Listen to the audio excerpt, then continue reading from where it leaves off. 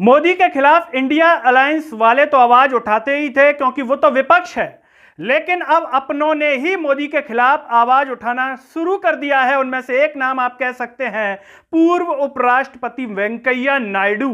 तो दूसरा नाम सामने आ रहा है नितिन गडकरी का।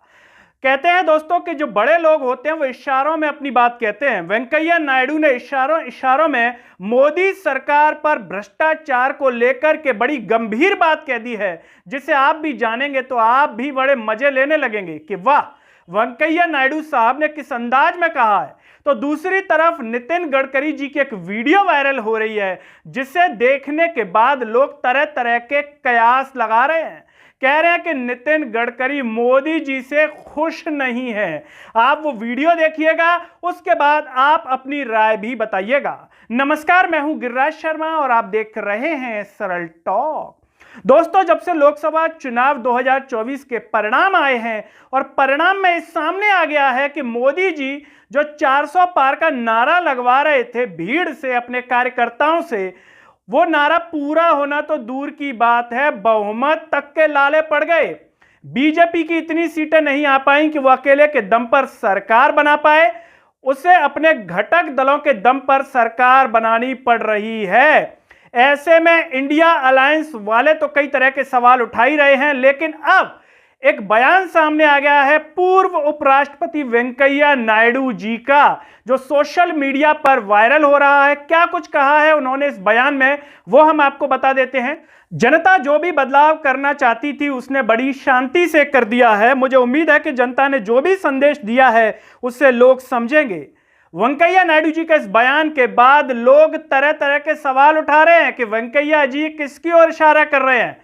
प्रधानमंत्री नरेंद्र मोदी जी की तरफ इशारा कर रहे हैं कि जनता ने अपना मैसेज दे दिया है, अब सीटें घट गई हैं, अब आपका जादू नहीं चल रहा है। आपको बता दें कि Venkaiah Naidu ji institute of rural management आनंद के दीक्षांत समारोह में बात कर रहे थे और उन्होंने इसमें कहा कि गांधी और अंबेडकर जी के जो सिद्धांत हैं, जो बातें हैं, उनका नई सरकार को ध्यान रखना चाहिए। जो दलित समुदाय है उनके अधिकारों का ध्यान रखना चाहिए, उनका विशेष ध्यान रखना चाहिए। और इसी में उन्होंने आगे एक बात जो कही वो बेहद महत्वपूर्ण है, जो साफ तौर पर मोदी सरकार पर भ्रष्टाचार को लेकर के आईना दिखा रही है। उन्होंने कहा कि जब भ्रष्टाचार दूर होगा तो गरीबी दूर होगी।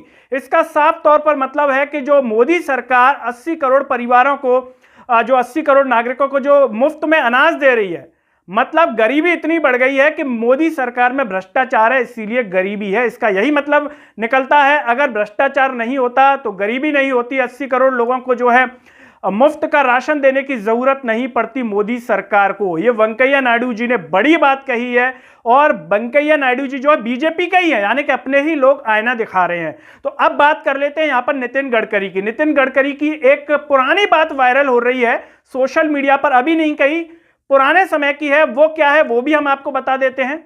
नितिन गडकरी जी कह रहे हैं कि जो अच्छा काम करता है उसे कभी सम्मान नहीं मिलता और जो बुरा काम करता है उसे कभी सजा नहीं मिलती। नितिन गडकरी की द्वारा कही हुई ये बात आज वायरल हो रही है। लोग तरह तरह के कयास लगा रहे हैं कि गडकरी जी किसके बारे में कह रहे थे, और इसके साथ ही साथ उनका एक वीडियो वायरल हो रहा है। आप स्क्रीन पर देखिए, कल एनडीए की जो मीटिंग थी उसमें सभी लोग तालियां बजा रहे थे, मेज पर हाथ रख के, और खड़े भी हुए मोदी जी के सम्मान में, लेकिन नितिन गडकरी खड़े नहीं हुए, जिसे लोग तरह तरह के सवाल उठा रहे हैं। जिसको लेकर के दोस्तों इस वीडियो को देखने के बाद, नितिन गडकरी के और वेंकैया नायडू के बयान को सुनने के बाद आपको क्या लगता है, क्या मोदी सरकार टिक पाएगी या धीरे धीरे जैसे समय बीतेगा अपने ही लोग मोदी जी से सवाल करने लगेंगे? क्योंकि अभी तो एक बात निकल करके ये भी सामने आ रही है कि अभी बीजेपी की अलग से मीटिंग नहीं हुई है, सीधे एनडीए की मीटिंग कर दी है। जब चुनाव का परिणाम आता है तो पार्टी की अलग से मीटिंग होती है।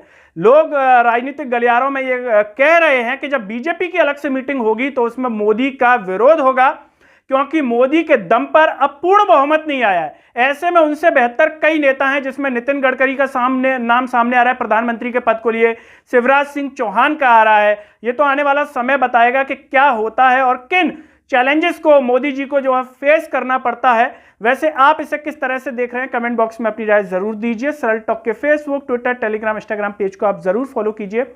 और दोस्तों सभी से एक अपील है कि सरल टॉक को आप ज्वाइन और थैंक्स बटन से भी सपोर्ट कीजिए, जिससे हम और बेहतर कार्य कर सकें। नमस्कार।